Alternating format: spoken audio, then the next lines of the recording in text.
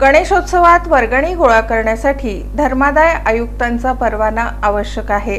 तसंच सुरक्षेसाठी मंडळांनी रीतसर वीज कनेक्शन घ्यावं असं आवाहन महावितरणने केलंय। वर्गणी गोळा करून गणेशोत्सव साजरा करायचा असेल तर धर्मादाय आयुक्तांच्या परवानगीची आवश्यकता आहे। मंडळांना परवाना देण्यासाठी ऑनलाईन सुविधा उपलब्ध करून देण्यात आली आहे। शुक्रवारपर्यंत परवान्यासाठी धर्मादाय आयुक्तांकडे 237 मंडळांनी ऑनलाईन अर्ज केले। त्यापैकी 220 जणांना ऑनलाईन प्रणालीद्वारे परवान्यांचं वितरण करण्यात आल्याचं सांगण्यात आलं।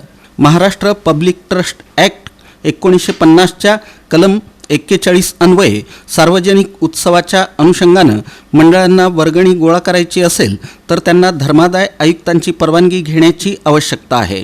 त्यासाठी ऑनलाईन अर्ज करणं गरजेचं आहे। जर परवानगी न घेता मंडळांनी वर्गणी गोळा केल्याचं आढळल्यास महाराष्ट्र पब्लिक ट्रस्ट ॲक्टनुसार संबंधितांवर 10,000 रुपये दंड आणि फौजदारीची कारवाई देखील होऊ शकते, असं धर्मादाय आयुक्त कार्यालयानं स्पष्ट केलं। ऑनलाईन परवाना प्रणालीसाठी मागील वर्षीच्या परवान्याची झेरॉक्स प्रत, मंडळाच्या पदाधिकाऱ्यांचं आधार कार्ड, मागील वर्षाच्या खर्चाचा हिशोब, ऑडिट रिपोर्ट, कार्यकारिणीच्या ठरावाची प्रत ही कागदपत्र आवश्यक आहेत।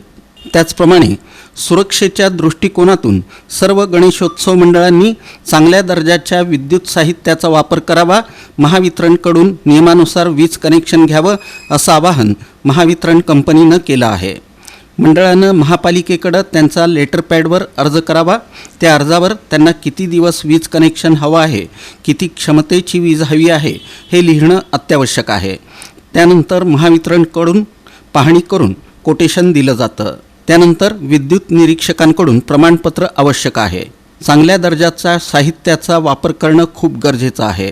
सुरक्षेचं प्रमाणपत्रही देणं अत्यावश्यक आहे।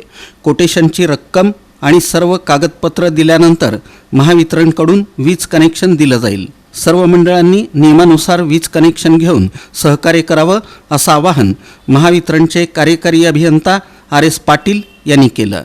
अधिकृत वीज जोड नाही घेतल्यास विजेच्या धक्क्याचा धोका होईल, त्यामुळे मंडळांनी खबरदारी घ्यावी।